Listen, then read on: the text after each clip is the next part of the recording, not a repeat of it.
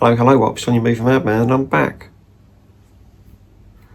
And today is going to be very exciting for a lot of you, actually. A lot of big fans of this film out there, and the game. We're going to go back 2 years, and today we're going to talk about Super Mario Brothers, the movie, or the Super Mario Brothers movie.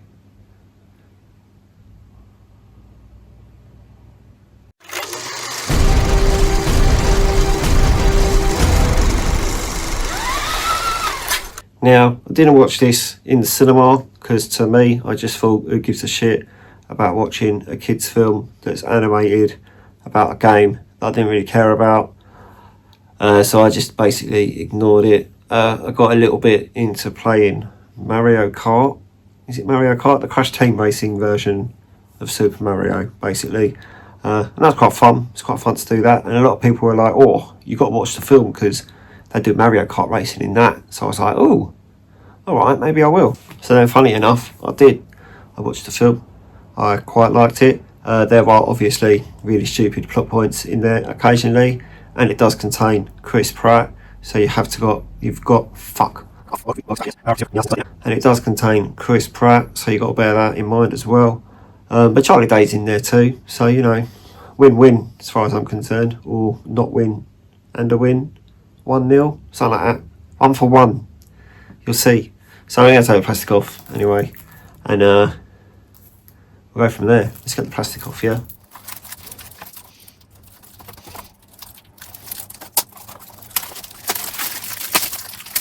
And let's have a look at the inside, eh? Interesting. So there's a nice original artwork on the 4K there, which is quite nice. To be fair, that looks a little bit like a disc that you put in a PlayStation, but we won't go there. I have seen this film already.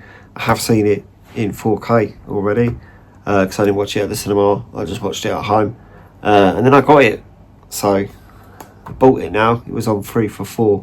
3 for 4? No, it wasn't. It was on 3 for £40 in HMV, which is a pretty good bargain, to be fair. Anyway, so I got this, and I got Blade, and I got another one that I'm going to show you another day.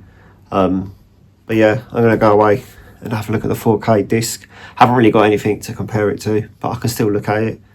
Nice like that, aren't I? So stay there and I'll be right back. So here we go then. I never owned this previously. I mean, why would I? I didn't actually see this in the cinema, although I've been told that it was absolutely mind-blowing in the IMAX. I imagine a 4K animated film in the IMAX would look pretty good anyway. It took me absolutely ages to get around to watching this. Everyone kept telling me how good it was and how much I could see it. No, they didn't. Everyone kept telling me how good it was and how much I should see it.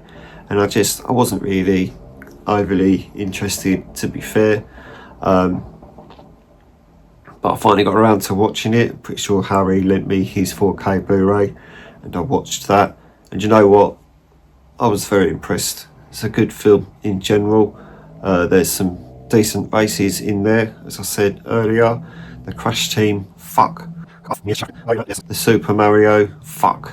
The Mario Kart racing side of it, I really enjoyed because I like playing the game, sort of.